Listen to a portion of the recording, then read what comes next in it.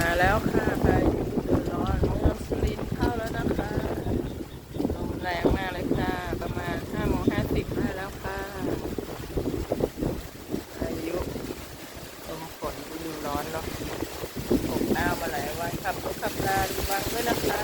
ลมแรงมากเลยค่ะ